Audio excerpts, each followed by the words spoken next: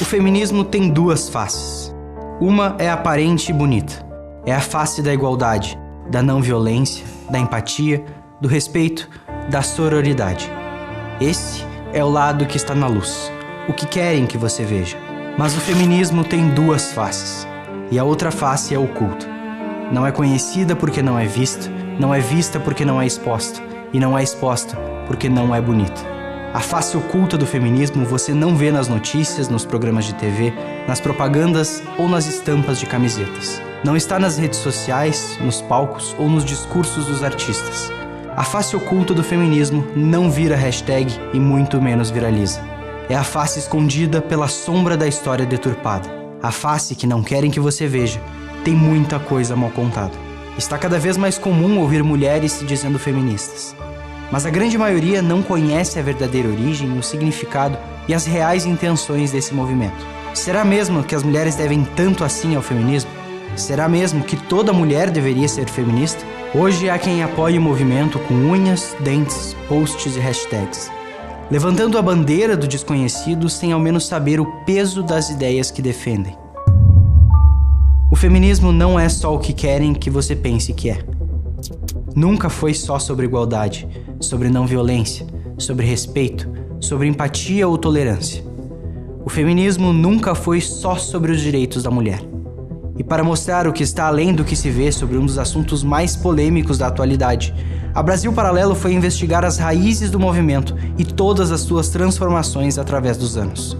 A Face Oculta do Feminismo é o mais novo original da Brasil Paralelo, exclusivo para assinantes. Um documentário que conta o que está oculto na pauta feminista. Teorias que, na prática, têm como objetivo algo não tão bonito quanto aquilo que está exposto na face que te mostraram. E você pode assistir agora mesmo no app Brasil Paralelo. Torne-se membro e libere seu acesso a mais de 60 produções originais e programas exclusivos. Aproveite a promoção de lançamento e libere 100% do conteúdo da Brasil Paralelo com mais de R$200 de desconto. São filmes, podcasts, análises, desenhos infantis, cursos e formações. O acesso total do BP é algo único no Brasil. Não há nada parecido em toda a internet. Clique no link desse vídeo e assista agora mesmo a Face Oculta do Feminismo. Nós contamos com a sua participação. Muito obrigado e até breve. Oi pessoal, aqui professora Ana Campagnolo, essa é a nossa quarta aula do curso sobre feminismo aqui no Brasil Paralelo. Sejam todos bem-vindos novamente e para a gente recordar o que nós já vimos e poder encerrar na aula de hoje o assunto da primeira onda do movimento feminista, vamos recapitular juntos. Lá na primeira aula nós falamos sobre o movimento proto-feminista, ou seja, aquilo que veio antes do feminismo se definir exatamente. Nós falamos principalmente sobre as obras de Mary Wollstonecraft e outros revolucionários sexuais como Marquês de Sade, o marido da Mary Wollstonecraft, que era o William Godwin.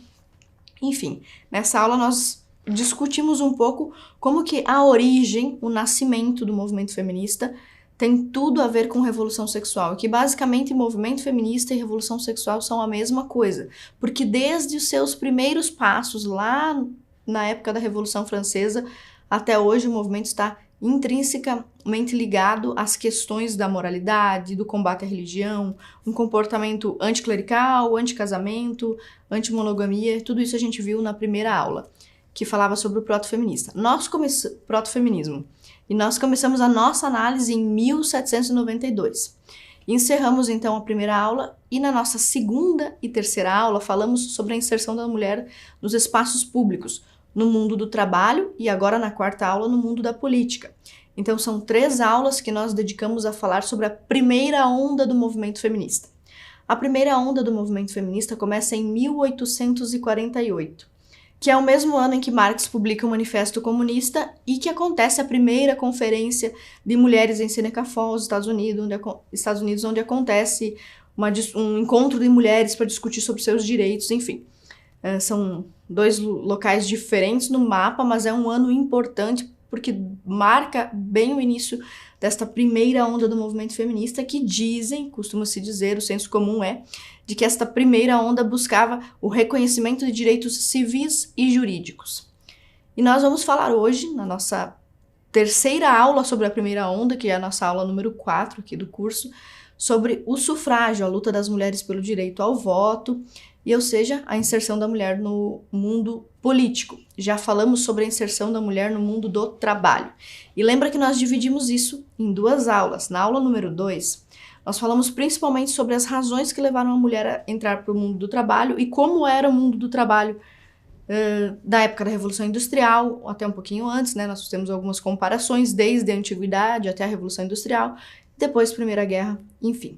Na nossa segunda aula sobre a primeira onda, que foi a aula número 3, nós falamos sobre esse mesmo contexto, essa mesma época de inserção da mulher no mercado de trabalho, mas com foco, você deve lembrar disso, no pensamento marxista e no casamento da ideologia marxista com a ideologia feminista, representado de uma forma brilhante pela pessoa da Alexandra Kollontai, que defendia uma revolução feminista, o fim da família e uma sociedade socialista marxista. Daí nós vimos também Lenin, Trotsky, Stalin, todas essas personalidades envolvidas nessa questão de acabar com a família e porque isso é a luta do movimento feminista. Lembrando, na aula 1 e na aula 3, nós falamos muito sobre revolução sexual, embora na aula 2 nós não tivéssemos falado tanto. E continuaremos a falar sobre isso porque é muito importante que você tenha em mente que um dos focos do nosso curso aqui é demonstrar para você como o movimento feminista tem mais a ver com revolução moral, revolução dos costumes, revolução sexual propriamente dita, do que com conquista de direitos civis, direitos jurídicos, luta das mulheres contra a violência, luta das mulheres pelo direito ao voto e tudo mais, e que essas são apenas bandeiras marginais, em alguns momentos até dispensáveis dentro do movimento feminista, certo? Então vamos lá. Encerrando o nosso pensamento sobre trabalho, que foi o que nós vimos na aula passada, eu gostaria de fazer uma citação de um dos melhores livros que você vai encontrar na sua vida, se quiser entender como as mulheres estiveram sempre em relativa condição de vantagem a respeito do mundo do trabalho, que é o livro Sexo Privilegiado, que não tem mais novas edições, infelizmente parou de ser publicado, do Martin van Creveld, que é um historiador de guerra, ele escreve muito sobre isso, é um dos temas preferidos dele, mas ele acabou escrevendo esse livro comparando a situação dos homens e das mulheres ao longo do tempo, desde a antiguidade até os dias de hoje, e o subtítulo do livro, O Fim do Mito da Fragilidade Feminina. O Martin, então, é um escritor israelense. Esse livro dele foi publicado nos anos 2000. Você consegue encontrar usado, não dá para comprar mais novo, mas é um dos melhores livros para você estudar feminismo que nós temos em língua portuguesa. Na conclusão do capítulo sobre trabalho do livro do Martin, que também é uma forma de nós concluirmos a nossa exposição sobre trabalho para podermos falar sobre política e voto, ele nos diz o seguinte, lá na página 162. As mulheres casadas, em menor grau, as solteiras, tendem a desempenhar tarefas mais fáceis quando se trata de trabalhar. O que acontece quando as mulheres não têm esses privilégios pode ser ilustrado pelo destino dos kibbutz, ou da União Soviética. No último caso, o país literalmente entrou em colapso. Você lembra que nós falamos um pouco sobre isso? Sobre a mulher inserida no mundo do trabalho, aquelas leis feministas, e aí como aconteceu um caos na União Soviética, muitas prostitutas, muitos meninos de rua, e Stalin teve que intervir. E também falamos um pouco sobre o kibbutz, que era aquela comunidades israelenses que viviam de subsistência da agricultura, onde as pessoas, homens e mulheres eram tratados de forma igual e que também não prosperou, veio a falir. Então, esses são alguns exemplos para nós concluirmos aquele pensamento sobre trabalho. E o Martin continua assim. No que diz respeito ao trabalho, as mulheres sempre desfrutaram de mais privilégios que os homens. A raiz dessa diferença de tratamento está nas características biológicas de ambos os sexos. Enquanto o trabalho era considerado um fardo, as mulheres, como os homens, faziam o possível para evitar o trabalho, faziam o possível para evitá-lo.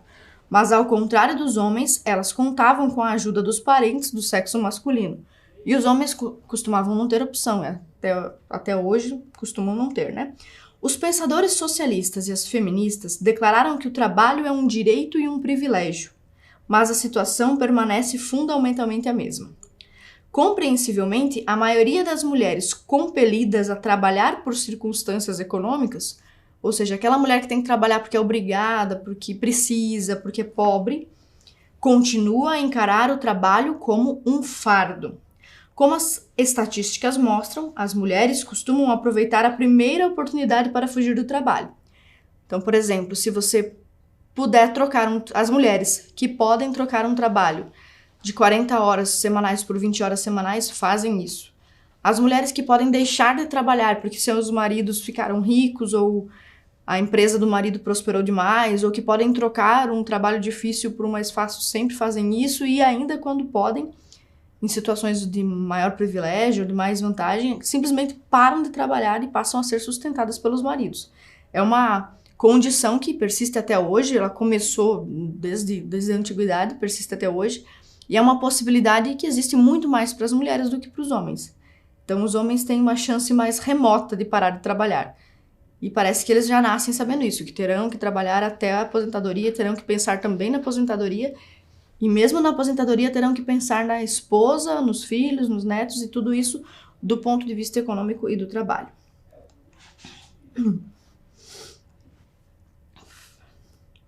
Quanto às mulheres que trabalham sem precisar, em sua maioria, elas também mantiveram os privilégios. A saber, desempenhar tarefas leves em menor quantidade, o direito de abandonar o emprego quando bem entender, o direito de se aposentar mais cedo e, como cereja do bolo, o direito de afirmar hipocritamente que, ao contrário dos homens, o que lhes interessa no trabalho não é o dinheiro, mas as oportunidades de crescimento pessoal. Enfim, e assim o Martin vai encerrar lá na página 165, no capítulo 3, onde ele fala praticamente só sobre trabalho, comparando relações de homens e mulheres. Bom, para encerrar esse assunto do trabalho e continuarmos na mesma época, no mesmo contexto, nos mesmos países que nós estávamos falando antes, Estados Unidos, Inglaterra, França, vou deixar algumas perguntas para você pensar a respeito do trabalho, lembrando que você tinha uma tarefa de casa lá no final da terceira aula, que era ler os livros do Chesterton, para entender a condição da mulher lá na época de 1910, 1920, e um deles era O que há de errado com o mundo. Então, se você fez o tema de casa e leu o livro, comprou, consultou, pesquisou, viu alguma resenha, você já está mais por dentro para responder essas perguntas que eu vou fazer para você agora. Bom, vamos lá. Os homens e as mulheres têm a mesma capacidade em relação a todos os tipos de trabalho? O que você acha? Homem e mulher conseguem fazer tudo exatamente igual, têm a mesma capacidade, força, velocidade, condição? As mulheres têm mais, os homens têm mais, depende da área. Pense aí com você, com a sua caixinha de miolos. Quem costuma sustentar quem? Em todas as relações humanas que você conhece, casamento, dos seus amigos, dos seus pais, dos seus avós, tudo que você conhece. Quem costuma sustentar quem? Homens costumam sustentar mulheres, mulheres costumam sustentar homens. É mais ou menos a mesma coisa, é empatado. Como fica a vida das pessoas como fica a vida de trabalho da mulher quando lhe falta o homem? Ou como fica a vida de trabalho do homem se não tem uma mulher? Pense sobre isso. Sustentar os outros é um privilégio ou uma desvantagem? Quando só uma pessoa da família trabalha e sustenta todos os outros, essa pessoa que trabalha, ela é privilegiada ou ela está em desvantagem? Pensa aí. Quem costuma pagar para casar? Quando há um casamento, quem costuma desembolsar o dinheiro? Seja para a festa ou para as situações que vêm depois do casamento. Quem costuma pagar durante o casamento? Quem costuma pagar depois do divórcio? Quem costuma sustentar a sogra, o sogro, às vezes os cunhados, as cunhadas, os filhos, etc. Quem contribui mais para o orçamento da casa, para o orçamento familiar, o homem ou a mulher? Quem traz mais dinheiro para dentro de casa, o homem ou a mulher? E o mais importante, tudo isso aí é irrelevante perto da próxima pergunta. Quem gasta mais? Mais importante, o que é mais importante? Ganhar mais dinheiro ou gastar mais dinheiro? Quem está em mais vantagem? Aqueles que gastam ou aqueles que ganham? Quem recebe mais pensões? Quem recebe mais assistência social no nosso país? Quem recebe mais benefícios do governo? Quem recebe mais ajuda e solidariedade, seja na rua? Quem desperta mais solidariedade, homem ou mulher? Seja na rua como mendigo, ou como vítima de violência, ou como desempregado, ou como pai ou mãe solteira, enfim. Quem desperta mais solidariedade das pessoas? E por último, para quem estão voltadas as prioridades dos programas do Estado, do bem-estar social, dos programas do governo? Nós estamos também passando por uma época de pandemia. Pensa aí com você, as políticas públicas que mesmo o presidente Bolsonaro, que é um presidente dito de direita, machista, homofóbico, enfim, mesmo o presidente Bolsonaro, no governo dele, para quem estão voltadas a maior parte dos benefícios dos benefícios econômicos, da assistência social e etc. Pensa sobre isso, lê o livro do Chesterton e pá, você já sabe as respostas sobre o mundo do trabalho e as vantagens ou desvantagens de ser homem ou mulher nesse mundo. Encerrada essa questão do trabalho, existe uma outra área de inserção da mulher no mundo público. Participar do mundo do trabalho é uma das formas de participar da vida pública e participar da política, votando, sendo votada, é outra forma. A primeira onda do movimento feminista, como nós falamos, que começa lá em 1848, com uma conferência em Seneca Falls, nos Estados Unidos, conferência de mulheres que reuniu entre 200 e 300 pessoas. Esse movimento, essa luta pelo sufrágio é a segunda característica principal da primeira onda do movimento feminista. A primeira seria essa questão do trabalho. Na verdade, nós estamos estudando aqui juntos que esse é um grande mito da primeira onda, dizer que o movimento feminista era um movimento muito bom no começo, um movimento liderado por mulheres decentes, por mulheres cristãs que defendiam a família, defendiam a vida, e somente queriam direitos jurídicos ou direitos civis, isso que as pessoas têm na cabeça, essa divisão, né, de movimento feminista bom e movimento feminista ruim. Mas a gente vai ver que não é bem assim na prática e que, embora no senso comum a primeira onda se concentre nessa questão do direito de trabalhar e do direito de votar, não é bem assim. Mas é importante de qualquer forma que a gente entenda como se deu essa construção, tanto no mundo do trabalho quanto no mundo político. Bom, o nascimento do movimento sufragista nós podemos sinalizar que foi nos Estados Unidos, porque nós precisamos dar uma data para ficar mais fácil na sua cabeça, para você dividir as ondas. Foi nos Estados Unidos da América em 1848 com essa primeira convenção de mulheres. Essas primeiras mulheres que começaram a participar da política, elas estavam muito ligadas aos movimentos abolicionistas. Era uma questão bastante desumanitária permitir que os negros continuassem a ser explorados e escravizados. E as mulheres, assim como muitos homens brancos, assim como muitos políticos inclusive conservadores, políticos de todos os espectros políticos, começaram a perceber essas injustiças e a lutar contra elas. Então, surgiram movimentos abolicionistas em todos os países onde existia algum tipo de sociedade escravagista ou que usava a escravidão. E as mulheres começaram a simpatizar com essas causas, a se introduzir nas reuniões, nos eventos, nas palestras contra a escravidão, ou seja, nas palestras dos eventos abolicionistas. Essa foi uma das primeiras formas como as mulheres se inseriram na política. Aqui nesse livro, Kate Millett, nós já falamos sobre ele, Política Sexual, que é um resumo do ponto de vista feminista de como foi a luta e a trajetória do movimento. A Kate Millett, que é uma escritora de segunda onda, ela nos diz que as feministas aprenderam boa parte do que elas sabem, as mulheres no geral, do que elas sabiam sobre luta política, envolvidas nesses movimentos de sufragistas. Bom, algumas coisas importantes sobre o início desse movimento. A gente tem a impressão de que foi um movimento, de uma certa forma, religioso, porque aconteceu em igrejas e com mulheres cristãs. É preciso compreender que nessa época, nós estamos falando de 1850, 1860, 1910, a maior parte das pessoas até hoje, a maior parte das pessoas se diz cristã. Mesmo aqueles que são ou péssimos cristãos, ou cristãos incoerentes, ou aqueles que dizem que são feministas e cristãos, enfim, tem de tudo. Mas as pessoas realmente se identificavam ainda mais com a confissão de fé cristã. Então, evidentemente que quase todo mundo envolvido em quase todas as causas eram cristãos. Embora, lembre-se, na nossa primeira aula, o movimento anticlerical, anti-Deus, anti-igreja, antitranscendente começa lá com a Revolução Francesa, que é o ápice do movimento iluminista ateísta, etc. Mas as pessoas já tinham se assentado ali na sua fé religiosa, tinham até desprezado aquela revolução do Marquês de Sade, do William Godwin, você lembra disso?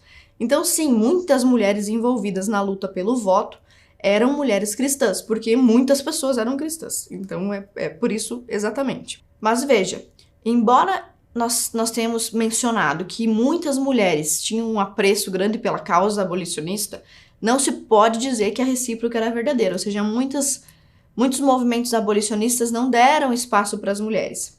Então, algumas personagens bem principais dos Estados Unidos na luta pelo sufrágio. A Elizabeth Stanton, a Lucretia Mott e a Lucy Stone.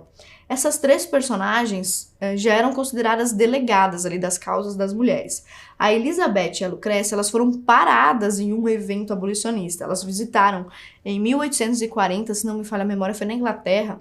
Elas foram para uma reunião do movimento abolicionista e elas queriam participar, queriam falar, inclusive queriam falar também sobre a luta das mulheres, né? Então, que os homens negros deveriam votar e ser livre, todos concordavam, mas as mulheres também deveriam votar.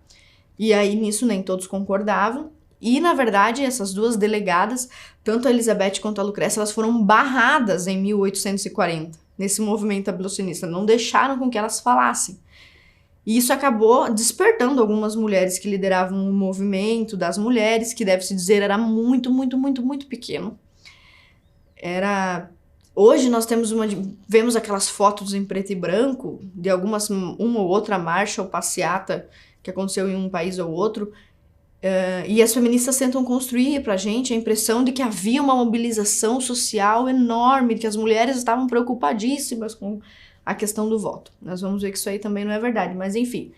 Elas vieram em 1848 para esse evento, não puderam participar, então se sentiram muito discriminadas ali e resolveram que iam abandonar um pouco a luta dos abolicionistas, parar de se preocupar com a causa dos negros e se preocupar mais com as mulheres, já que, afinal de contas, muitas pessoas estavam já preocupadas com a questão dos negros e poucas estavam preocupadas com a questão das mulheres. Foi por isso que elas vieram em 1848 a realizar essa conferência, a primeira conferência de mulheres para discutir seus direitos jurídicos, etc., em Seneca Falls, Estados Unidos.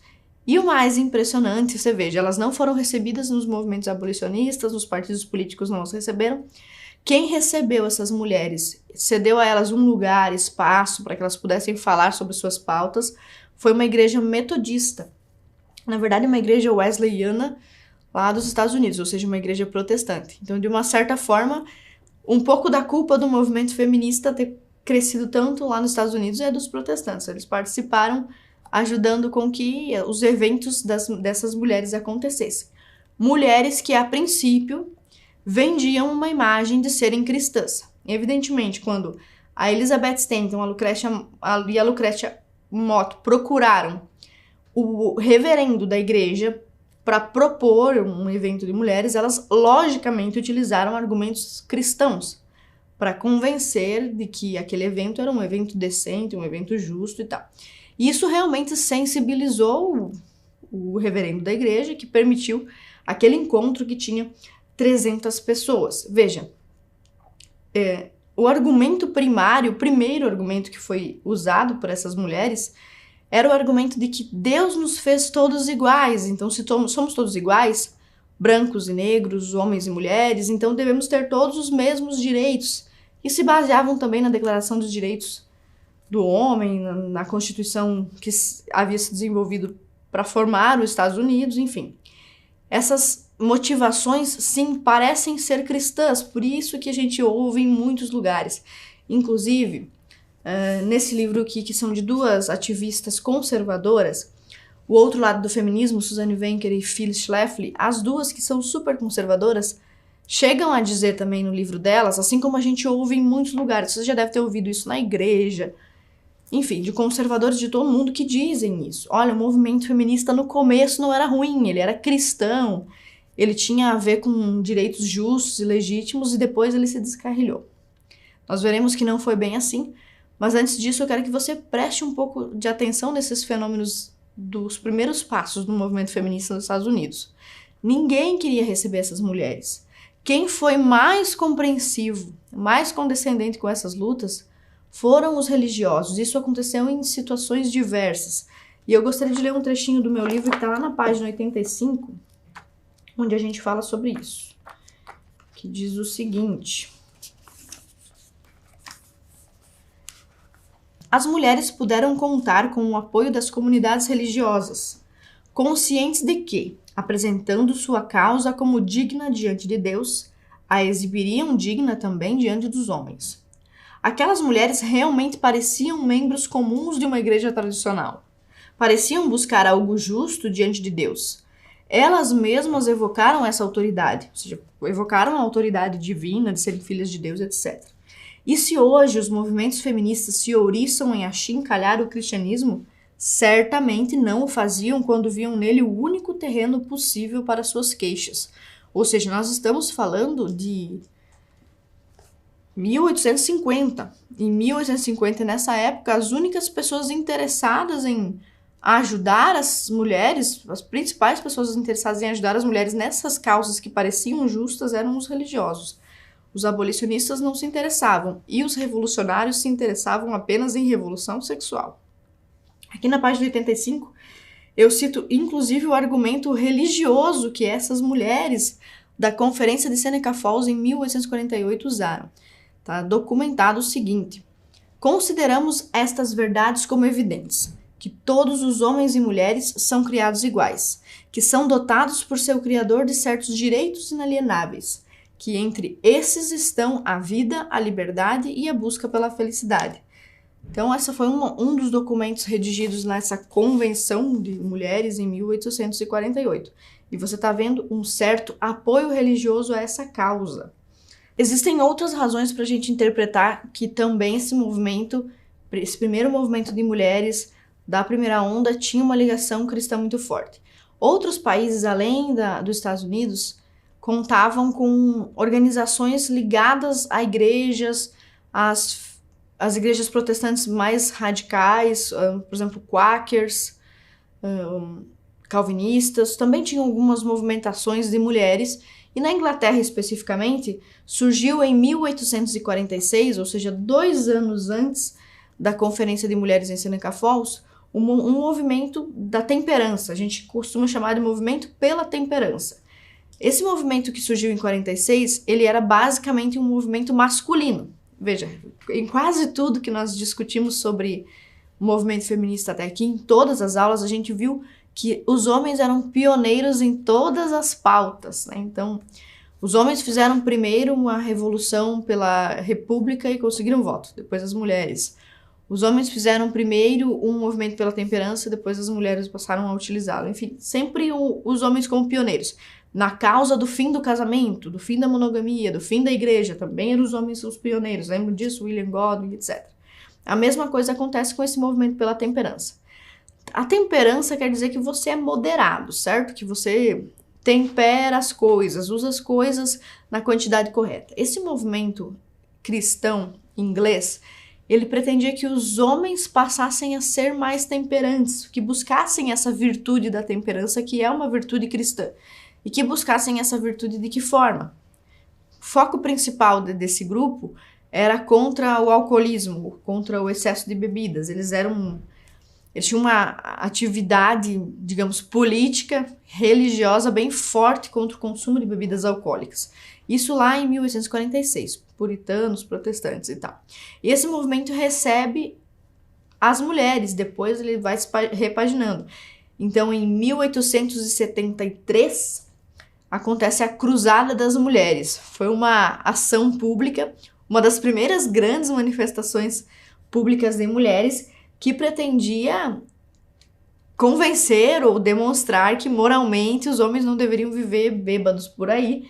E foi muito engraçado esse evento porque as mulheres fizeram piquetes de oração. Então você imagina que era uma manifestação de oração. Bem divertido, bem diferente do que a gente vê hoje, que as mulheres saem na rua vilipendiando os símbolos cristãos. Mas enfim, as mulheres criam, então, depois dessa cruzada das mulheres, elas criam a WCTU, que é a União das Mulheres de Temperança Cristã, ou em uma outra tradução, União das Mulheres Cristãs pela Temperança, que é uma repaginação do movimento pela temperança que os homens tinham criado em 1846. Esse movimento foi liderado a partir de 1874 por uma mulher chamada Frances Willard, e ela, no fim das contas, embora estivesse nesse movimento, um movimento aparentemente cristão, um movimento que surgiu na igreja, esta líder, a Frances, ela era trabalhista e tinha um contato, uma ótima relação com os socialistas fabianos. Então sempre, pessoal, sempre, nós vimos isso desde a primeira aula. Se você começa a investigar quem são as pessoas por trás, quem são os principais personagens, você vai sempre encontrar a ligação deles com a galera de esquerda. Seja socialista, marxista, agora nós estamos falando da França, do movimento pela temperança trabalhista, socialismo fabiano, sempre essas pessoas estavam ligadas a movimentos de esquerda. Assim como hoje você já deve estar cansado de ver cristão de esquerda, mesma coisa. Bom, quais eram as principais pautas desse movimento inglês de mulheres cristãs lideradas por uma socialista fabiana?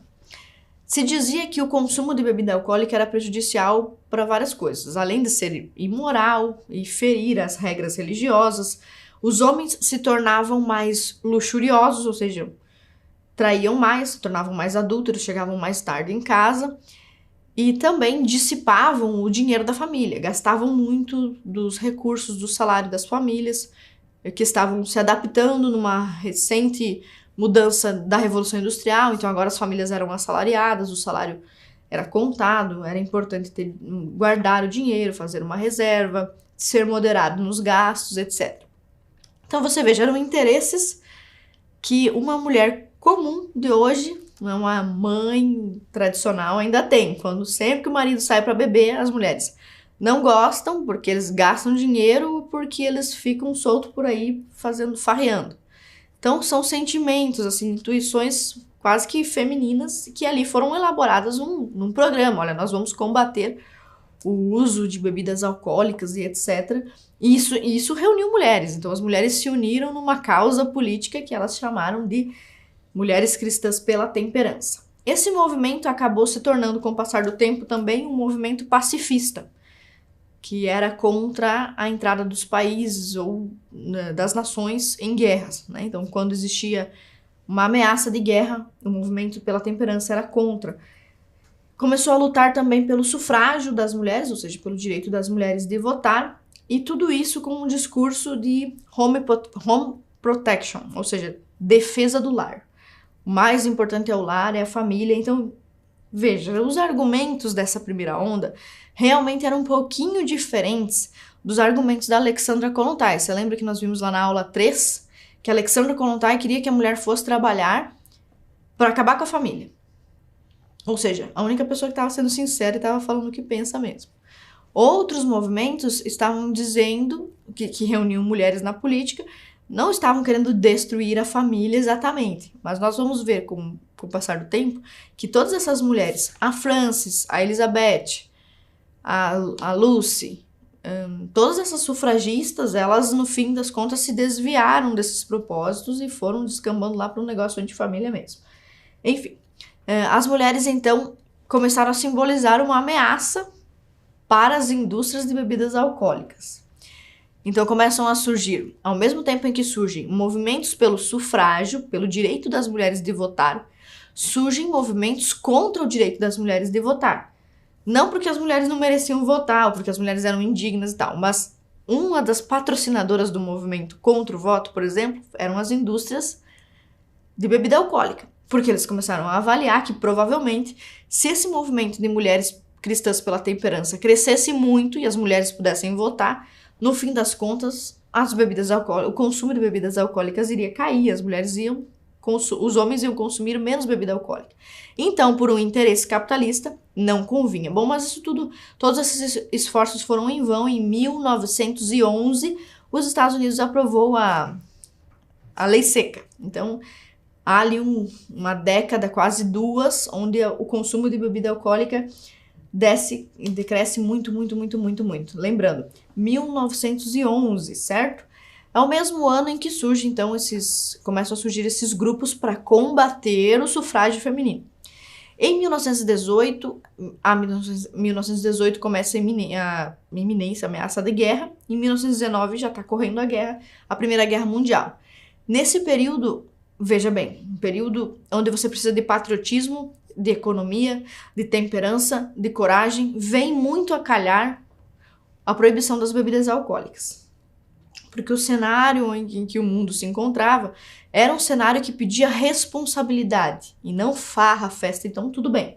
Então, começando a Primeira Guerra Mundial, dos sentimentos que as pessoas começaram a ter relacionado ao movimento de mulheres pela temperança, por exemplo, era um sentimento patriota, inimigo das fábricas cervejeiras alemãs, por exemplo.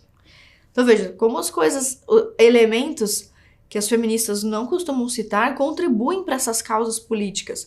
Não se trata de um movimento feminista organizado conseguindo o direito de trabalhar ou o direito de votar. Se trata de fenômenos históricos, de crise, de guerra, de vários episódios acontecendo ao mesmo tempo e conduzindo a humanidade para certos caminhos. Então, durante esse período de lei seca, onde o consumo de bebidas era desincentivado, as pessoas se tornaram, de uma certa forma, mais responsáveis, e foi nesse período, de 1911 até as 2 próximas décadas, que as mulheres mais alcançaram seus direitos. Então, dá para quase fazer uma pesquisa psicológica aí para ver se existe alguma relação entre o fato de os homens consumirem menos bebidas alcoólicas, de se comportarem menos como eles se comportariam naturalmente, ou seja, a sociedade ter se curvado aos interesses femininos de alguma forma, com o fato das mulheres terem conquistado vários direitos aí na década de 1910, 1920 e assim sucessivamente. Mas veja, mesmo nessa questão, assim como em todas as outras, não se trata de um movimento feminista fazendo conquistas como estrela máxima e protagonista máxima da história. Não se trata disso. Por quê? Assim como em 1911, as indústrias cervejeiras ficaram muito preocupadas com o avanço da democracia, o direito das mulheres de participar da política. Isso preocupou todo mundo e queria evitar que as mulheres votassem, para evitar que as bebidas alcoólicas fossem colocadas de lado, porque isso era um interesse econômico. Da mesma forma, em 1929, a indústria do tabaco começou a incentivar que as mulheres consumissem o tabaco pela razão oposta, porque já havia caído o comércio de tabaco em todos os países, né? Em 1920, 1930, o comércio de tabaco diminuía, os homens consumiram menos, então, por interesses capitalistas, se começou uma campanha para que as mulheres passassem a fumar. Nós já falamos sobre isso lá na segunda aula, quando nós falamos sobre a importância da propaganda para mobilizar as massas. Nós falamos sobre isso. Então, a importância da propaganda para inserir as mulheres no mundo do trabalho, a importância da propaganda para mobilizar homossexuais, negros, mulheres, para qualquer agenda. Isso aqui é a mesma coisa. Nós estamos falando aqui de interesses capitalistas, de interesses industriais ou de interesses marxistas, que são muito maiores do que um grupinho de mulheres fazendo uma passeata por A ou por B. Eu quero ler um apêndice que está no meu livro, aqui na página 380, onde nós falamos exatamente sobre esse episódio da propaganda. Aconteceu no dia 1º de abril, quando o New York Times publicou uma reportagem intitulada "Grupo de meninas tragam cigarros como gesto de liberdade". Essa notícia, divulgada no dia 1º de abril, se referiu a uma marcha chamada Tochas da Liberdade, promovida na Páscoa, no dia 31 de março de 1929. Essa marcha de mulheres fumando, dava a impressão de que as mulheres estavam quebrando um tabu, porque se dizia que só as mulheres que fumavam eram prostitutas ou mulheres indecentes. E aí aqui no meio do evento de Páscoa você tem uma marcha das tochas pela liberdade. Nossa, que avanço feminista. Na verdade, esse evento foi patrocinado pelo propagandista da indústria de tabaco, que queria vender cigarro para as mulheres, já que os homens não estavam comprando. Então ninguém estava preocupado com a liberdade das mulheres, mas sim com a venda de cigarros. Assim como nesse movimento anti-sufrágio aqui de 1911, ninguém estava preocupado com o direito da mulher de votar ou não, mas sim impedir que fosse aprovada uma lei seca com a aprovação, um aval das mulheres, e que a indústria cervejeira vendesse menos. Então veja, em todos esses avanços ou mesmo retrocessos, são vários fatores que precisam ser analisados. Quando uma feminista diz para você só pode votar graças ao movimento feminista, mentira. Você só pode trabalhar graças ao movimento feminista, mentira. em que época da história, ou em que tipo de fenômeno histórico apenas um agente conquistou alguma coisa. Isso não existe. Mesmo em revoluções como a Revolução Russa, Revolução Americana, são vários agentes, vários contextos, várias situações interferindo sobre um mesmo aspecto, sobre um mesmo fenômeno. Então esses movimentos que eram aparentemente cristãos, a gente citou dois exemplos. O de 1848, em Seneca Falls, com as mulheres que fizeram aquele encontro numa igreja metodista wesleyana, e citamos também as mulheres do movimento pela temperança. Dois movimentos aparentemente cristãos, e provavelmente realmente existiam mulheres dentro dos movimentos que eram genuinamente cristãs e que estavam em busca de boas coisas, com bons objetivos. Mas, de uma forma geral, nós podemos dizer que o protestantismo americano, inglês, enfim, o protestantismo europeu e americano caiu numa baita cilada com uma ou outra mulher, né? Com alguns grupos de mulheres. Caiu numa cilada, porque era uma proposta que parecia cristã, uma proposta que parecia decente, mas não era. Por exemplo, Elizabeth Stanton e Susan Anthony foram as coautoras de um documento que foi apresentado em 1848. Vocês lembram? 1848, Igreja Wesleyana, as mulheres todas reunidas.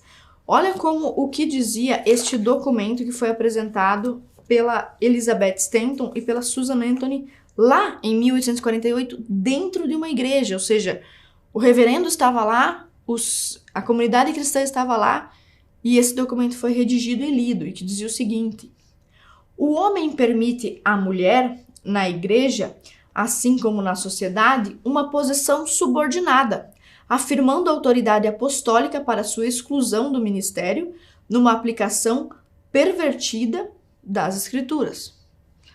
Ou seja, no primeiro evento que a igreja permite que as mulheres entrem para falar sobre seus supostos direitos jurídicos e civis, elas apresentam um documento contestando a ordem eclesiástica. Na Igreja Católica, isso é praticamente impossível de acontecer. Não aconteceria. Primeiro, porque as mulheres não fariam esse evento dentro da igreja. Segundo, porque elas não conseguiriam chegar nesse ponto. Mas aqui dentro da igreja protestante, as mulheres estavam ocupando o espaço da própria igreja para contestar a ordem eclesiástica. Está afrontando a ordem eclesiástica. E um dos princípios cristãos que nós conhecemos de longuíssima data, desde a época de Jesus, de que o sacerdócio dentro da igreja é uma atividade exclusivamente masculina. Então, você só tem padres, bispos, cardeais e papa homem. Você não tem as mulheres ocupando esses cargos.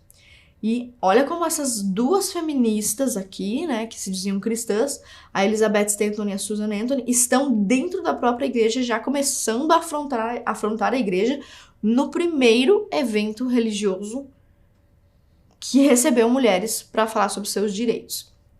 Outra informação importante sobre esse dia é que 12 resoluções foram aprovadas. São uma lista com 12 reivindicações das mulheres. E uma dessas reivindicações, a única, na verdade, que não foi aprovada, foi a reivindicação pelo direito ao voto. Ou seja, a Susan e a Elizabeth apresentaram uma lista de coisas importantes para as mulheres. Direito à herança, direito à propriedade mesmo depois de casada, etc, etc, etc. As mulheres e os homens presentes concordaram com absolutamente todas as 11 resoluções que falavam sobre isso. Apenas uma dessas resoluções falava sobre o direito ao voto. E as próprias mulheres presentes votaram contra o direito ao voto. Elas foram consultadas e não gostaram dessa pauta. Elas foram contra incluir o sufrágio feminino. A Elizabeth e a Susan ignoraram isso e continuaram lutando pelo sufrágio, mesmo as mulheres da primeira convenção que elas organizaram terem dito que não se interessavam por isso.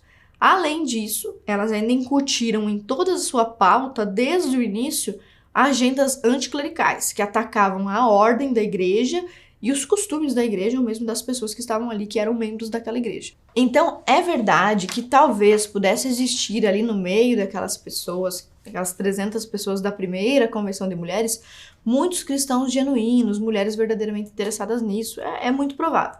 Mas o caso específico da Elizabeth Stanton, que é uma das delegadas, das primeiras protagonistas desse direito ao voto lá nos Estados Unidos, demonstra que ela, como líder, nós veremos isso, todas as líderes, praticamente todas as líderes do movimento, dos movimentos feministas e até mesmo daqueles ditos cristãos, todas essas líderes, elas eram anticlericais, anti-casamento, e nós vamos ver isso aos poucos. Eu vou começar citando um trecho aqui do livro, não é esse não, do livro Feminilidade Radical, da Carolyn McCulley, que nos diz lá na página 52. Ela está falando sobre esse movimento de mulheres. Olha o que ela nos diz aqui. Misturado àquelas reformas sociais necessárias, ou seja, o direito à propriedade, a mulher mesmo depois de casada poder receber herança, etc. Misturada àquelas reformas sociais necessárias, estava um desafio para o cristianismo. O governo da igreja, o ensinamento bíblico e o culto público. Essas três coisas, o governo da igreja, o ensinamento bíblico e o culto público, estavam sendo afrontados pela Elizabeth já nessa primeira convenção. O desafio à igreja que foi levantado nesse documento levou, por fim, à destruição de conceitos biblicamente definidos de Deus, pecado, diferenças de sexo, diferenças de gênero, matrimônio e outros. A Carolyn é uma ex-feminista que começou a estudar a história do movimento desde a primeira onda também, e ela denuncia aqui no livro dela exatamente isso que nós estamos tentando propor aqui no curso, que você entenda. O movimento feminista desde sempre foi esse movimento que a Carolyn está dizendo aqui pra gente. Anti-igreja, anti-família, anti-matrimônio. Assim como na página 52, aqui na página 86 e na página 87 do meu livro, nós temos também uma curta referência sobre isso, que diz o seguinte: por declarações como essas, não se pode dizer que a primeira onda foi um movimento cristão, embora tenha surgido por conivência e descuido de muitos bispos e igrejas protestantes. A insistência feminista em renegar o cristianismo e o casamento, culpando-os pelas frustrações pessoais de cada militante, é marca do movimento desde a sua origem. E aí nós temos mais uma pequena citação aqui, dentro da página 87 do meu livro, que esclarece como a Elizabeth Stanton, a líder desse movimento sufragista dos Estados Unidos, dentro de uma igreja, era, na verdade, uma anticristã. Ela chegou a publicar em 1898 uma Bíblia feminista, né? A primeira Bíblia feminista, a Bíblia da mulher. Só por aí você já vê que a pessoa não tem nenhum respeito pelo cristianismo, ela está alterando a Bíblia. Então, evidentemente que o respeito dela pela fé que ela dizia representar naquele dia não existia. Na página 87 diz o seguinte ainda: começou com a reforma do casamento e do sufrágio e então migrou para a religião. Quem? Nossa estrela aqui, Elizabeth Stanton. Começou com a reforma do casamento e do voto e então migrou para a religião. Stanton desenvolveu suas crenças ateístas quando ainda jovem. Ela escreveu: vejo como um dos piores crimes do mundo obscurecer a mente dos jovens com superstições tenebrosas e com temores do desconhecido e daquilo que não pode ser conhecido. Do que ela estava falando? Do inferno, do pecado, superstições tenebrosas. Pecado, céu, inferno, vida eterna. Então, você veja, ela era uma mulher que desprezava o cristianismo. Então, quando dizem para você que o primeiro movimento sufragista, que a primeira onda do movimento era cheia, recheada de mulheres cristãs, de mulheres decentes, em defesa da família, não é verdade. Você pode pegar, por exemplo, só o caso da Elizabeth Stanton. Nós já falamos de outros casos também, como o da Frances, né, do movimento de temperança, que liderava o movimento, estava ligado aos fabianos. Então, em 1898, quando ela escreveu essa Bíblia feminista, ela já não estava mais preocupada em fingir que respeitava o cristianismo. Ela já tinha assumido aí as suas características meio ateístas e tudo mais. Então, o que a gente pode dizer, resumidamente, é que os protestantes e os evangélicos ligados ao movimento sufragista acabaram sendo usados, ou de uma certa forma, enganados. Existem duas informações fundamentais que eu quero que você leve aqui da aula sobre o movimento sufragista. São duas verdades que desmistificam muita coisa que as feministas dizem sobre a luta pelo sufrágio. A primeira, se você quiser anotar aí, existia um enorme movimento de mulheres contra o voto. Então, quando as mulheres feministas falam sobre o direito ao voto, elas dão a impressão de que existia um movimento gigantesco e de que todas as mulheres concordavam com a necessidade de votar e estavam sendo injustamente impedidas disso. Na verdade, existia um número enorme de mulheres que conscientemente eram contra o voto e inclusive se organizavam em partidos políticos para lutar contra o voto. Então você precisa saber disso. Existia um número enorme de mulheres contra o voto. Se isso para você parece um pouco inverossímil, que não é possível isso, quero que você pense nas pessoas que você conhece, nas mulheres que você conhece, nas suas amigas, nas suas colegas de faculdade, na sua mãe, nas amigas da sua mãe. Quantas dessas mulheres têm engajamento político, se preocupam com isso e acham o voto a coisa mais importante do mundo? Se você ficou na dúvida sobre isso, você pode ligar para suas amigas, mandar um WhatsApp e perguntar para elas por que elas acham importante votar. O que o voto significa para elas. Você vai ver a quantidade de mulheres que você conhece que nunca sequer pensou a respeito disso, mesmo já desfrutando do direito ao voto. Tá? Então, você investigar, até mesmo hoje as mulheres têm uma resistência muito grande com a participação política. Tanto que no Brasil nós temos uma lei que obriga os partidos políticos a receberem 30% de mulheres como candidatas. E todos os partidos políticos têm dificuldade de preencher essa cota. Eles têm que ir atrás das mulheres, pedir, implorar para as mulheres saírem candidatas. Elas não querem sair candidatas. Um número infinitamente inferior de mulheres está interessado em política do que de homens. Algumas pesquisas demonstram isso de uma forma mais sutil. Por exemplo, o maior número de usuários do YouTube é homem.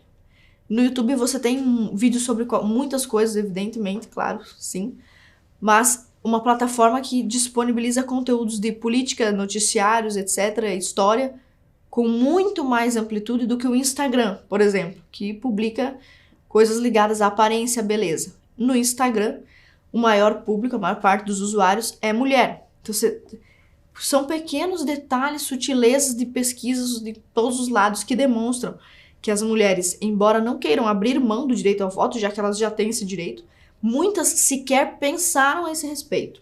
E se hoje, em 2020, poucas mulheres pensaram a esse respeito e poucas mulheres levam isso a sério, imagine em 1910 ou em 1850. E mais, se você tivesse que pensar quantas mulheres morreriam pelo direito ao voto, iriam para a guerra pelo direito ao voto, você vai ver que a quantidade de mulheres diminui ainda mais.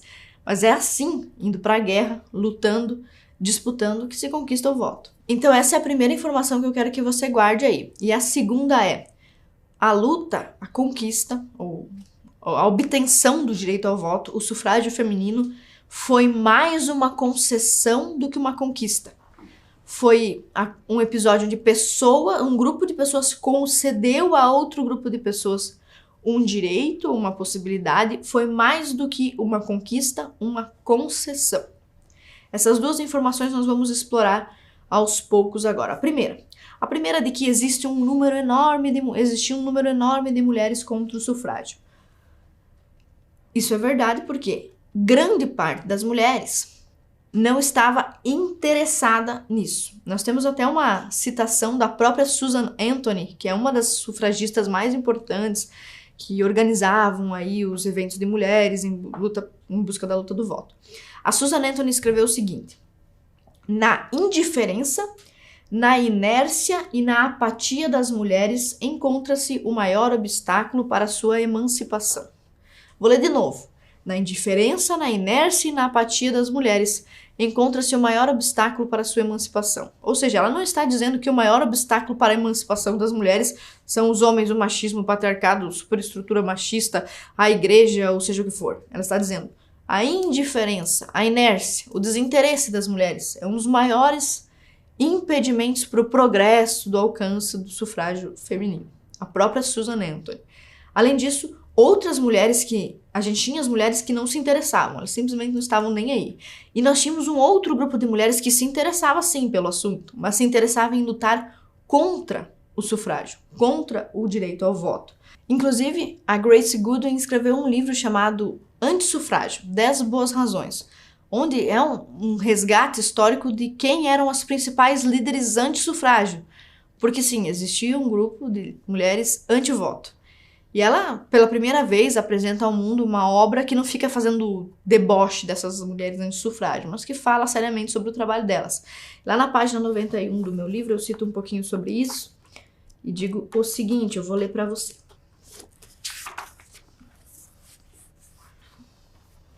Em 1912, nesta publicação, Anti-Sufrágio, nós vemos que as mulheres estão isentas da responsabilidade política, Nós vemos que as mulheres estavam isentas da responsabilidade política e legal, como servir ao exército ou se sentar em júris.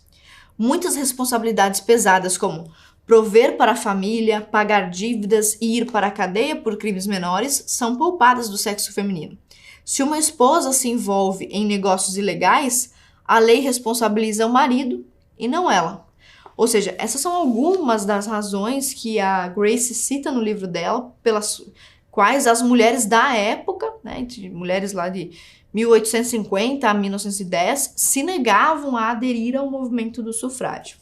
Inclusive existia na Inglaterra, lembra que nós falamos da Inglaterra? Um partido político anti-sufrágio. Lá na página 89 do meu livro você lê o seguinte: as antissufragistas defendiam principalmente que as mulheres trabalhassem e ajudassem com filantropia e voluntarismo, mas que não assumissem cargos de poder público e liderança. As mulheres antissufragistas compunham uma liga com mais de 42 mil membros e eram tão numerosas quanto as mulheres favoráveis ao voto, chegando a ser maioria em algumas localidades. Ou seja, existia sim um movimento organizado antissufrágio que não se baseava na ignorância das mulheres. Ah, vocês são contra o voto porque vocês são umas ignorantes, porque vocês não estudaram a respeito. Não, elas tinham argumentos pelos quais elas eram antissufrágio, não queriam ser inseridas na vida pública. Então, essas duas características, o desinteresse da maior parte das mulheres, o interesse de uma pequena parcela de mulheres em ser contra o sufrágio, eram duas forças muito grandes operando contra o próprio movimento sufragista, que precisam ser consideradas não como machismo. Não é machismo, as mulheres não se interessavam, simplesmente isso. Outras eram contra o voto, mas isso também não é machismo, porque são mulheres sendo contra o voto, e não homens. Enfim, você precisa considerar isso uma informação negligenciada pelo movimento feminista quando fala sobre a luta do sufrágio.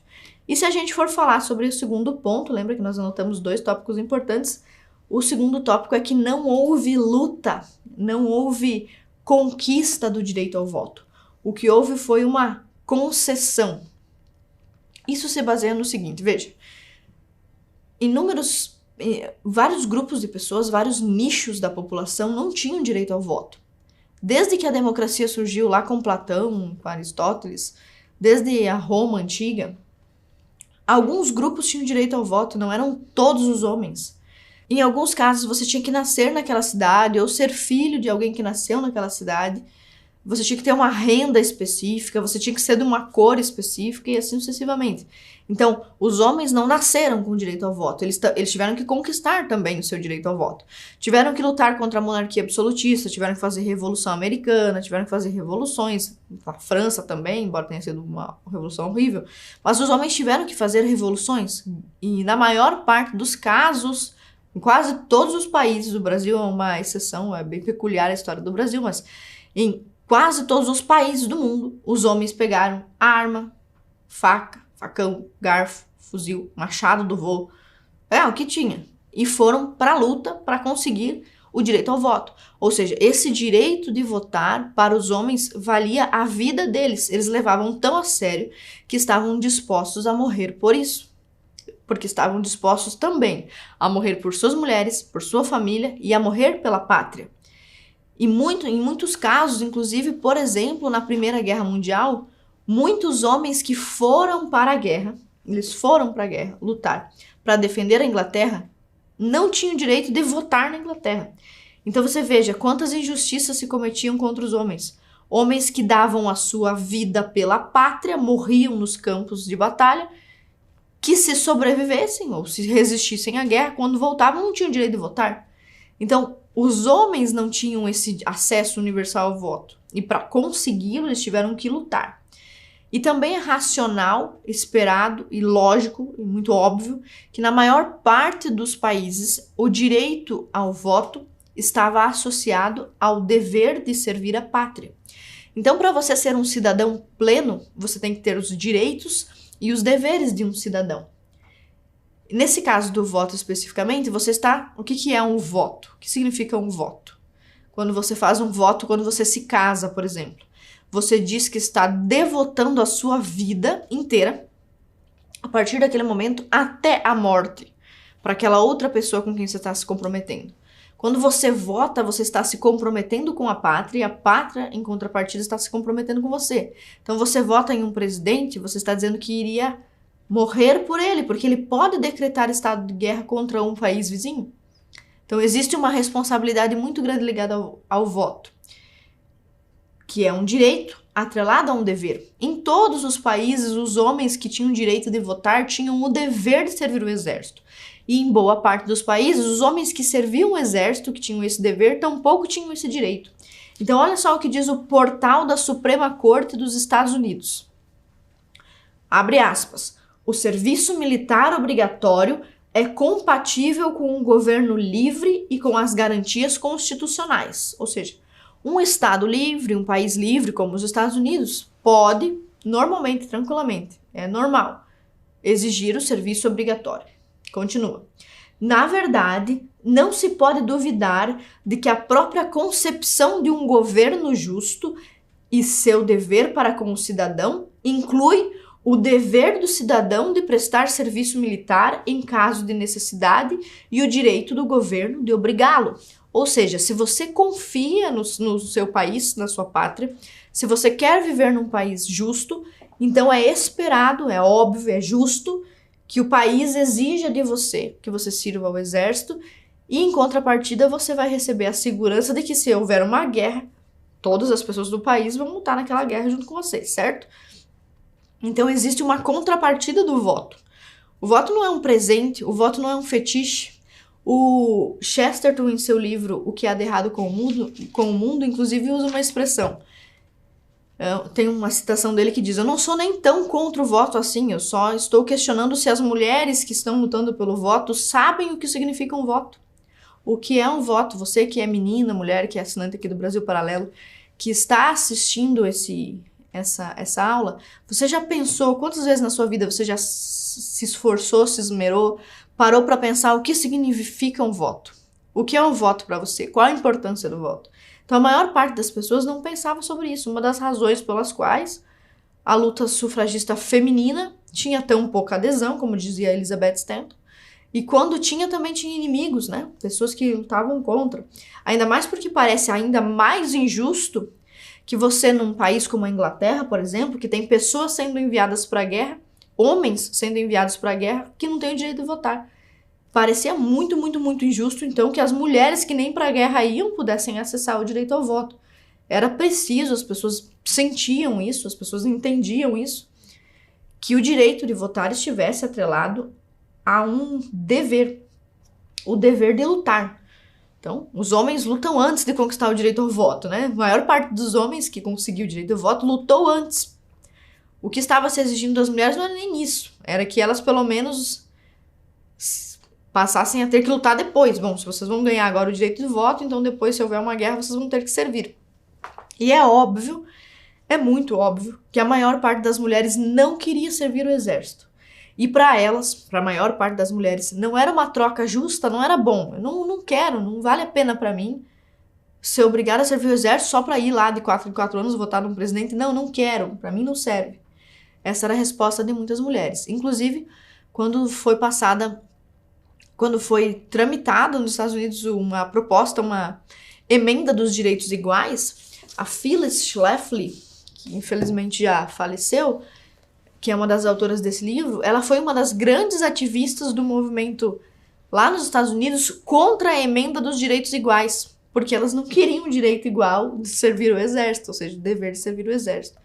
Então existem inúmeras incursões femininas, inúmeras participações femininas de mulheres contra a igualdade, porque não consideram que isso seja vantajoso para elas. Esse sentimento, obviamente, era partilhado por muitas mulheres na Inglaterra, nos Estados Unidos e tudo mais. E é por isso que eu quero ler com vocês um trecho do Chesterton, que viveu esse momento histórico, que escreveu suas obras ali entre 1910, em torno de 1910. Neste livro aqui, O que há de errado com o mundo, lá na página 99, 100 e 101, ele fala um pouco sobre as mulheres. Ele era anti-sufrágio, ele era contra a conquista do voto para as mulheres naquele contexto. E ele explicava isso dizendo que não é porque ele fosse especificamente contra as mulheres votarem, que parece que não há maldade nenhuma nisso. Ele fala sobre o socialismo também. Não parece que há maldade nenhuma que as mulheres, que as pessoas dividam as coisas, né? Que vivam em comum, compartilhando tudo. Também não parece ruim que as mulheres trabalhem, aparentemente. Mas aí o Chesterton explica, na sua obra, em vários trechos, que o problema não é o que se propõe, mas o que está por trás do que está sendo proposto. E aqui no caso do direito ao voto, o argumento dele é até um pouco engraçado. Aliás, ele é um escritor um pouco engraçado. E que ele diz que ele é contra a luta das mulheres pelo sufrágio justamente porque não existe luta. De uma forma mais ácida, obviamente, ele está dizendo a mesma coisa que a Susan Anthony, que era uma sufragista, dizia. A Susan disse, nosso pior problema é a indiferença das mulheres. O Chesterton está dizendo a mesma coisa, só que, obviamente, com muito mais força, com muito mais firmeza. Na página 99 ele diz assim: a objeção às sufragistas não se deve a serem sufragistas militantes.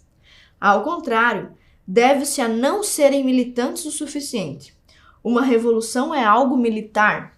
Ela tem todas as virtudes militares, dentre as quais a virtude de chegar ao fim. Todas as revoluções ou guerras, elas têm uma finalidade. E para chegar a esse objetivo, são travadas guerras, pessoas morrem, coisas ruins acontecem. Mas todas essas coisas ruins só acontecem porque as pessoas envolvidas, ou seja, os lutadores, os guerreiros, os membros do exército, estão com aquela finalidade na cabeça e aquela finalidade para eles vale a vida deles. Então eles se esforçam até a morte por aquilo ali. Mas em algum momento para de haver guerra, que é o momento em que se alcança o objetivo. E o que o Chesterton está nos dizendo aqui é que as mulheres não têm esse sentimento militar de dar a vida por aquilo que elas estão pedindo. Elas estão pedindo o direito ao voto. Mas será que se tivesse que lutar por ele com armas, elas fariam isso? Provavelmente não fariam, e se fizessem, perderiam. Porque vocês imaginem uma guerra de homens contra mulheres. Obviamente. Mas ele continua. Dois grupos combatem com armas mortais, mas sob certas regras de honradez arbitrária, o grupo que vence se apossa do governo e começa a governar. Que é o que aconteceu, por exemplo, na Revolução Americana. Foi por isso que os homens americanos conquistaram o direito ao voto. Eles lutaram até a morte e assim conseguiram o direito ao voto. Passaram a governar a Nova Inglaterra, que era uma colônia inglesa, e essa Nova Inglaterra passou para a mão daqueles homens que ganharam a guerra. Por isso eles definiram as regras do jogo, afinal eles conquistaram o território. Ora, as sufragistas não podem empreender uma guerra civil nesse sentido militaresco e decisivo. Em primeiro lugar, porque são mulheres, e em segundo lugar, porque são pouquíssimas. De novo essa informação, são poucas mulheres sufragistas. A guerra é algo pavoroso, mas comprova com agudeza e de maneira irrefutável duas coisas que a guerra comprova. Os números e um valor não natural. Os números e um valor não natural. Na guerra, descobrem-se duas questões urgentes. Quantos rebeldes estão vivos e quantos estão dispostos a morrer? A questão aqui sobre o sufrágio é: quantas mulheres estão dispostas a morrer pelo direito ao voto? Mesmo as sufragistas esvaziariam as fileiras do movimento sufragista se fosse preciso morrer, porque o movimento sufragista, em tese, ele consistia apenas em pedir, fazer cartazes, passeatas, às vezes fazer um piquete. No máximo, quando você tinha um movimento como o movimento da Emmeline Pankhurst, que era um movimento mais radical, no máximo colocar fogo num automóvel de um político, jogar pedra na casa de alguém. Esse era o máximo a que o movimento sufragista chegou. E o Chesterton está nos dizendo, numa guerra não é isso que acontece. Para conquistar as coisas, você dá a sua vida, se necessário. Se, por exemplo, todas as mulheres resmungassem por um voto, elas conseguiriam em 1 mês. Veja o que ele está dizendo. Os homens estão tão inclinados a conceder coisas às mulheres que se eles vissem que todas querem, tá bom, eles iriam conceder. Mas o argumento do Chesterton não são todas que querem. É um número muito pequeno, isso dificulta o argumento do movimento sufragista.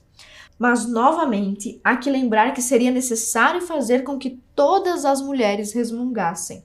E isso nos leva ao termo da superfície política da questão. A objeção à filosofia das sufragistas é simplesmente a de que a maioria dominante das mulheres não concorda com elas. E a pergunta final do Chesterton. As sufragistas estão praticamente dizendo que as mulheres podem votar sobre tudo, exceto sobre o sufrágio feminino. Lembra-se que na primeira convenção dos direitos, primeira convenção de mulheres, foi apreciado um voto, foi botado para votar. Vocês querem pedir o direito ao voto? As mulheres disseram, não queremos o direito ao voto. Então, olha o que Chesterton está nos dizendo. Essas sufragistas que ele conhecia da década de 1910 estavam dizendo que as mulheres têm direito a votar sobre tudo. Mas quando fazem uma votação com as mulheres e perguntam se elas querem votar, elas dizem não, as sufragistas ignoram. Então, o principal argumento do Chesterton, são poucas mulheres, e mesmo as líderes do governo, do movimento sufragista não respeitam as mulheres, porque elas estão dizendo que não querem. Enfim, evidentemente, apesar de todas essas discussões, em 1920, praticamente todos os estados dos Estados Unidos já estavam com o direito ao voto aprovado, o que foi conquistado principalmente por políticos conservadores, que apresentaram essas emendas à Constituição, esses projetos de adendo para que as mulheres pudessem votar, e finalmente as mulheres puderam votar e conseguiram o direito ao voto. Mas nada disso, como diz Chesterton, e como diz inclusive a Simone de Beauvoir, nada disso se refere a uma conquista, mas sim a uma concessão. Os homens concederam às mulheres porque elas não teriam condições militares, físicas, de organização, de tomar o voto. As mulheres não teriam condição de tomar o voto à força. Obviamente, elas receberam uma concessão.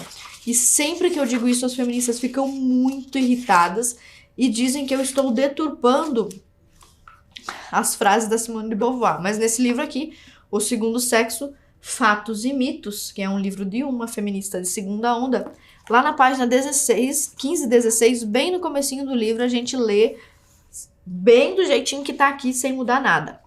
A ação das mulheres nunca passou de uma agitação simbólica. O que é uma agitação simbólica? O que são coisas simbólicas?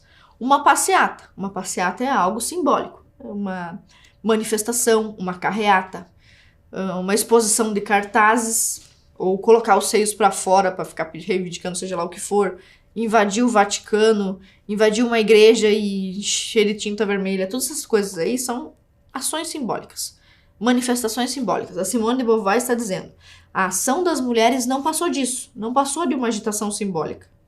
Só ganharam o que os homens concordaram em lhes conceder. As mulheres nada tomaram, elas receberam. Isso aqui está aqui no livro da Simone, e é uma referência que cabe perfeitamente à questão do voto, que as mulheres receberam. Inclusive, é importante dizer que a Simone de Beauvoir é francesa, né? A França é um dos países mais esquerdistas que a gente tem aí na Europa. Se juntar a Europa e as Américas, a França é um dos mais esquerdistas. E foi lá na França um dos últimos países a reconhecer o direito ao voto das mulheres. E foi, inclusive, lá na França que se matou a primeira feminista sufragista, que era Olympe de Gouges. E quem foi que mandou matar a primeira feminista sufragista lá no final do século XVIII? Robespierre, um ditador de esquerda. Então é só para lembrar isso aí, não era importante, não estava aqui na aula, mas é para você lembrar. Bom, a gente tem alguns casos emblemáticos que também ajudam a perceber essa questão aí de como o voto foi uma conquista, e como o voto foi uma concessão e não uma conquista. É o caso da Suíça, por exemplo. Um dos últimos países a aprovar o voto foi ainda depois da França. Em 1971, Suíça não é um país subdesenvolvido, de terceiro mundo, é um país muito bonito, lindo, legal de morar, um país super moderno, super democrático, e é tão democrático este país que lá na Suíça, quando você vai, se existe uma iminência de guerra, a chance de ir para a guerra, é feito uma espécie, um plebiscito, uma consulta popular, e os homens votam. Agora eu quero que você pense comigo. Por que será que os homens da Suíça votam se o país deve ou não ir para a guerra? Porque, obviamente, quem vai para a guerra são os homens que estão indo votar, correto? Então é muito justo, deveria ser assim em quase todos os países. Já que é você que vai morrer, porque você vai ter que ir para a guerra, então é você que vai votar se vamos ou não participar da guerra. Então é um país bastante democrático, a Suíça. Os homens votavam sobre tudo, inclusive sobre a participação deles na guerra. Em inúmeros episódios foram realizados plebiscitos sobre a inclusão da mulher como cidadã plena, com o direito de votar. E em inúmeros plebiscitos não houve consenso a favor das mulheres. Então, várias vezes se colocou em votação e as mulheres perderam. Elas não tinham o direito a votar. Agora você imagine que na Suíça foi aprovado o direito ao voto. E se coloque, isso hoje, ou seja, em 1971 foi aprovado, então hoje existe na Suíça o direito ao voto das mulheres. Quando existir uma iminência de guerra, por exemplo, e os suíços tiverem que decidir se vão para a guerra ou não, se pergunte, quem vai votar? Só os homens, já que só eles vão para a guerra, ou as mulheres também? Todo mundo vai votar? É justo as mulheres votarem se haverá guerra ou não, sendo que elas não lutam? Então, nesse caso, nós teríamos que dividir determinadas votações, só os homens votam, só as mulheres votam. É uma complicação democrática. Por que essa questão é difícil de resolver? Porque não é justo. Porque se as mulheres estão votando, elas deveriam também servir o exército, para que fosse justo e para que nós estivéssemos falando de direitos iguais. E quando nós estamos falando de direitos iguais no tocante ao voto, nós estaríamos falando de direito e dever. O que aconteceu em países como o Brasil, em outros países, na maior parte dos países, não foi a conquista de um direito igual, mas sim a concessão de um privilégio, que consiste no direito de votar sem o dever de arcar com as consequências. Então, Esther Vilar, infelizmente esse livro eu não tenho aqui porque ele é muito difícil de encontrar e você só vai conseguir ler em PDF. A Esther Vilar é uma feminista, eu não me lembro se ela é argentina ou alemã, ou se ela é argentina radicada na Alemanha, ou o contrário, mas enfim, esse nome dela é um nome fictício, né, que ela usou para publicar seus livros, Esther Vilar, e no livro dela que se chama O Homem Domado, publicado em 1971, no mesmo ano em que foi aprovado o sufrágio, ela nos diz o seguinte: na Suíça, um dos países mais desenvolvidos do mundo, as mulheres não possuem um direito de voto geral, ou seja, ela escreveu o livro um pouquinho antes da aprovação. Há pouco tempo, em determinado cantão suíço, pediram às mulheres para votar sobre a introdução do direito ao voto, e a maioria das mulheres decidiu-se contra. Os homens suíços ficaram atônitos, ficaram perplexos, pois julgavam que essa situação indigna, o fato das mulheres não poderem votar, era resultado de sua tutela centenária. Então até os homens ficaram pensando, gente, mas o que está acontecendo? Nós ouvimos, nós achávamos que a culpa das mulheres não votarem fosse nossa, porque afinal somos machistas, estamos impedindo as mulheres de votar. E fizemos um plebiscito e as mulheres não quiseram votar, e ficaram sem entender nada. Isso é uma citação de uma feminista, Esther Vilar. Bom, para terminar, vamos falar do caso do Brasil. O caso do Brasil é ainda mais claro para explicar para a gente como o voto no nosso país, sim, foi uma concessão e não uma conquista. Aliás, não se poderia esperar, na verdade, que as mulheres brasileiras fossem para a guerra para conquistar o direito ao voto, porque nem os homens brasileiros não foram para a guerra para conquistar o voto. Né? Como vocês devem ter estudado na escola, a República, ou seja, a democratização do Brasil, né, foi um golpe militar orquestrado contra a monarquia, tudo no calar da noite, no canetaço, e não houve um confronto específico, uma guerra, como, por exemplo, aconteceu na Revolução Americana. 10 anos de confronto com a colonizadora Inglaterra para conseguir o direito ao voto. Então, evidentemente que se no Brasil nem os homens conquistaram o direito ao voto guerreando, muito menos fariam as mulheres. E nós temos um caso que explica, é um exemplo de uma brasileira que deixa claro como o voto foi uma concessão. No Brasil isso é indiscutível. E diga-se mais, o voto aqui no Brasil foi reconhecido por um ditador fascista chamado Getúlio Vargas. Então você vê, a militância feminista, que tá sempre falando sobre esse negócio, você vai discutir na internet com qualquer uma, inclusive eu que sou deputada o tempo todo, o pessoal lá comentando, você só pode votar e ser votada graças ao movimento feminista. Não, eu só posso votar e ser votada graças ao fascista Getúlio Vargas, num caso específico do Brasil. Vamos se localizar, certo? Vamos se localizar. Por que nós podemos votar? Porque Getúlio Vargas concedeu o direito ao voto. E Getúlio Vargas não tinha nem medo dos homens brasileiros, muito menos ele teria de uma passeata com cartazes femininos, certo? Então ele concedeu esse direito ao voto. Lá na página 94 e 95 do meu livro eu falo sobre esse caso brasileiro, que é o caso da Celina Guimarães. Aconteceu em 1927. A Celina Guimarães é a primeira pessoa feminina, primeira mulher da América Latina a conseguir um título de eleitor.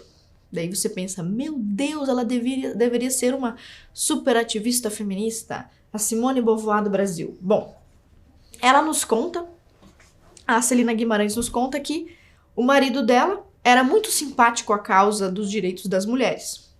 Então um dia ele saiu de casa e foi ao cartório e pegou um título de eleitor para a mulher dele. Simples.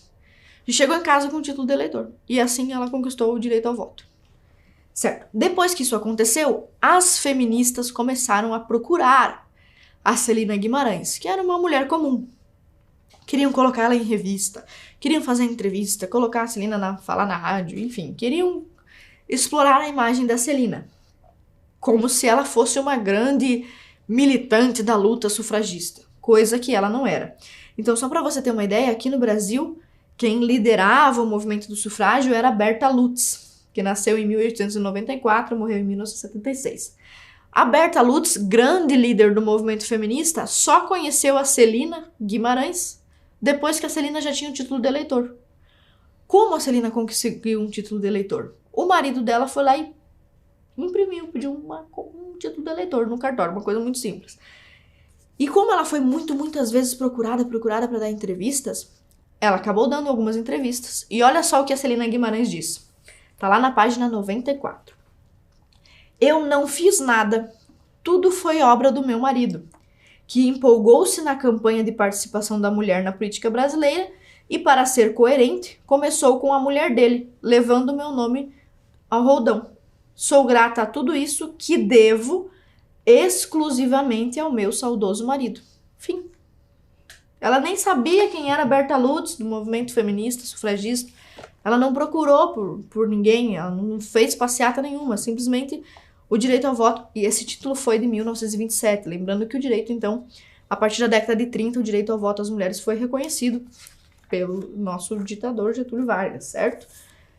Nós temos esse exemplo da Celina como um exemplo-chave que fecha a questão de como o voto foi concedido em quase todos os lugares, em quase todos os países concedido às mulheres. Nós poderíamos falar também, mas eu vou deixar você pesquisar aí, depois que você encerrar a aula, sobre a Emmeline Pankhurst, que é uma personagem da Inglaterra, líder do movimento sufragista, que foi de esquerda, que colocou as filhas no movimento sufrágio, que brigou com as próprias filhas por causa do sufrágio, e depois acabou, no fim da vida, entrando para o Partido Conservador, que foi onde ela conseguiu, pedindo o que ela não tinha conseguido fazendo algazarra antes. Você vai pesquisar um pouco aí sobre a Emmeline Pankhurst, vai ver que ela criou um movimento mais radical do sufrágio que a gente conhece da época. Ela fazia barricada, jogava bomba na casa dos políticos, enfim. E tudo isso que ela fez por décadas não levou a nada. Depois da Primeira Guerra Mundial, ela decidiu abandonar esses métodos e resolveu simplesmente, aliando-se aos conservadores que tinham a simpatia do povo, conversar lá com os políticos conservadores e aí articular a conquista do direito ao voto, basicamente conversando, porque não precisa fazer barricada e soltar bomba, porque como diria o Chesterton, que também era que também era inglês, que também escreveu de lá da Inglaterra, bastava pedir que os homens concederiam. Enfim, essa é brevemente a história do direito ao voto. Nós vimos alguns países aí, Suíça, Brasil, Estados Unidos. Da Inglaterra eu vou deixar para você pesquisar quem eram as sufragetes e as sufragistas, dois movimentos diferentes. As sufragetes eram as mais violentas, mais radicais, e as sufragistas as mais moderadas. E tudo isso para você ter uma noção de como aconteceu a marca principal da primeira onda. Isso é o que a gente ouve o tempo todo.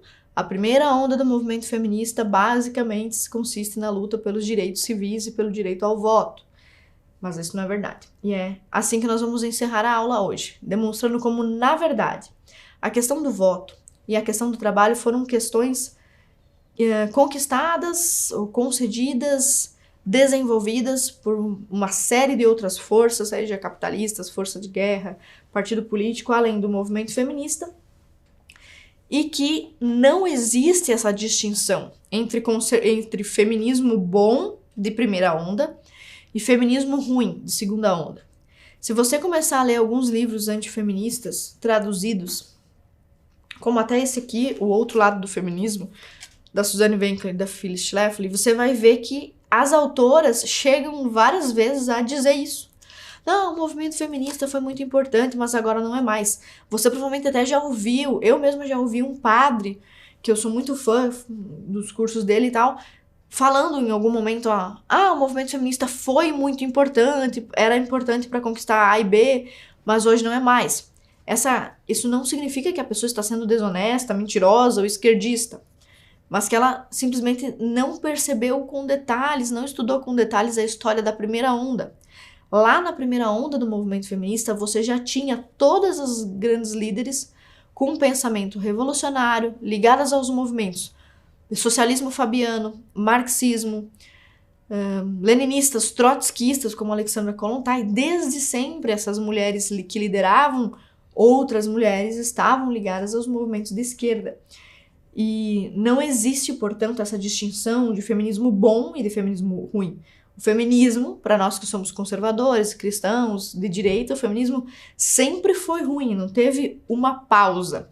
Quer ver? Aqui no livro da Suzanne Wenkler, que é esse daqui, O Outro Lado do Feminismo, a gente lê um encerramento que ela faz, ela tira uma conclusão. Eu vou compartilhar com você só para você ver como esse pensamento é recorrente. Ela nos diz o seguinte: as sufragistas lutaram e venceram em 1920 pelo direito de voto das mulheres em todos os 50 estados americanos. Mas elas eram mulheres que se baseavam na família e não tinham vontade de erradicar a natureza feminina. Definitivamente, elas também eram contra o aborto. Quem é que está dizendo isso pra gente? A Phyllis Schlafly, que é uma ativista conservadora antifeminista. Mesmo ela tá com essa ideia na cabeça. Olha o que ela nos diz. Não tinham vontade de erradicar a natureza feminina. Definitivamente, elas também eram contra o aborto. Não é verdade, nós vamos ver isso adiante. Não é verdade, essas mulheres abortistas já estavam presentes na primeira onda. As mulheres antifamília, aquela que escreveu a Bíblia antifeminista, ela odiava o casamento. Ela praguejava, dizia que casamento era escravidão, que maternidade era escravidão. Eram mulheres que não defendiam a feminilidade de forma alguma. E a Phyllis Schlafly continua. As feministas dos anos 1960, aí ela faz uma divisão. Para trás de 1960, gente boa. Para frente, gente ruim. As feministas dos anos 1960, por outro lado, não eram a favor da família. Além de enxergar o aborto como uma questão de direitos das mulheres, elas veem o lar como uma prisão. Essa é uma declaração da Phyllis Schlafly. Olha, é uma declaração, por mais maravilhoso que seja esse livro e por mais bem intencionada que seja a Phyllis Schlafly, é uma informação que não é verdadeira. Essas mulheres de primeira onda, até mesmo as mulheres proto-feministas de antes da primeira onda, já eram mulheres anti-monogamia, anti-casamento, anti-igreja católica, anti-protestantes também, em alguns contextos. Então você está vendo, todas as primeiras sufragistas e as proto-feministas, todas as grandes líderes eram mulheres revolucionárias.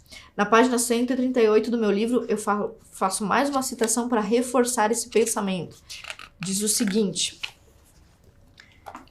Embora a divisão entre boa onda e má onda feminista tenha sido assumida por quase todos os críticos, parece-me evidente que nenhuma mulher de boa índole teve destaque na liderança do movimento desde que ele surgiu.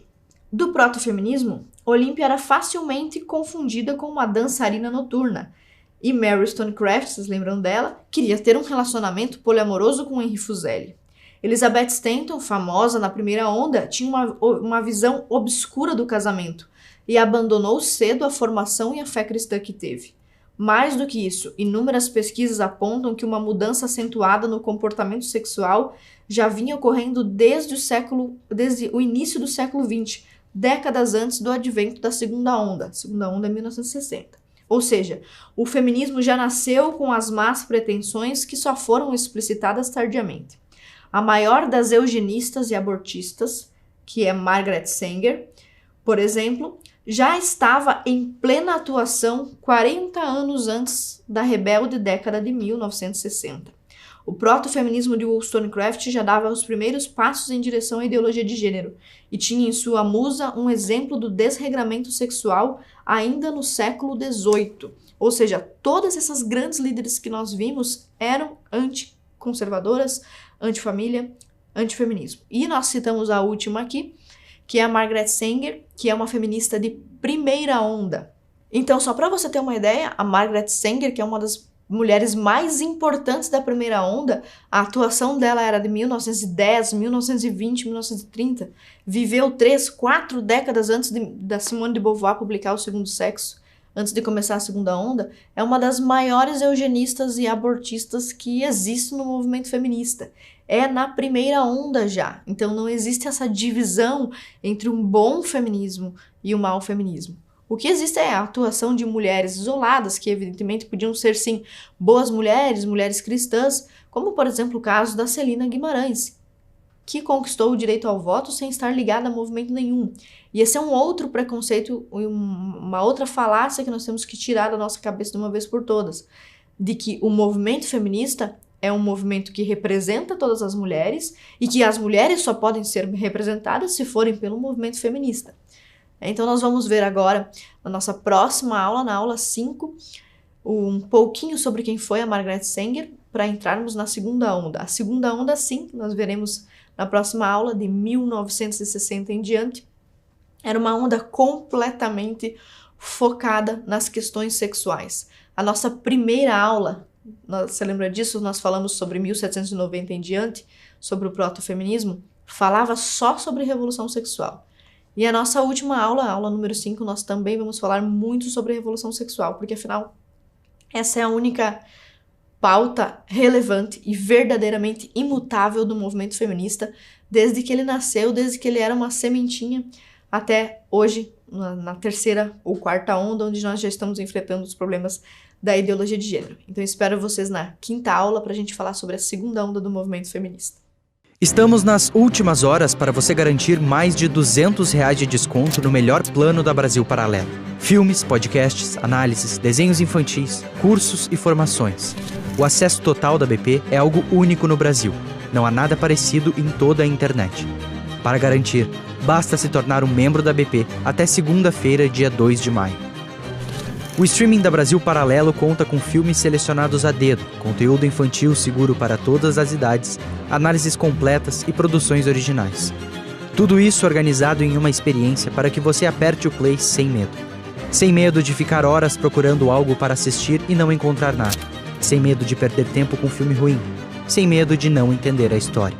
Além dos originais BP disponíveis no app de TV e celular, liberando o acesso total, você recebe acesso a mais de 50 cursos e formações, incluindo o curso A História do Feminismo, com a professora Ana Campagnolo, dividido em 5 aulas mostrando o passado, o presente e o futuro do movimento feminista. São mais de 50 cursos em áreas como ciência política, história, filosofia, arte e educação. Assine agora Brasil Paralelo e libere seu acesso ao lançamento A Face Oculta do Feminismo e todos os nossos filmes. Aproveite a promoção enquanto há tempo. Nós contamos com você. Muito obrigado e até breve.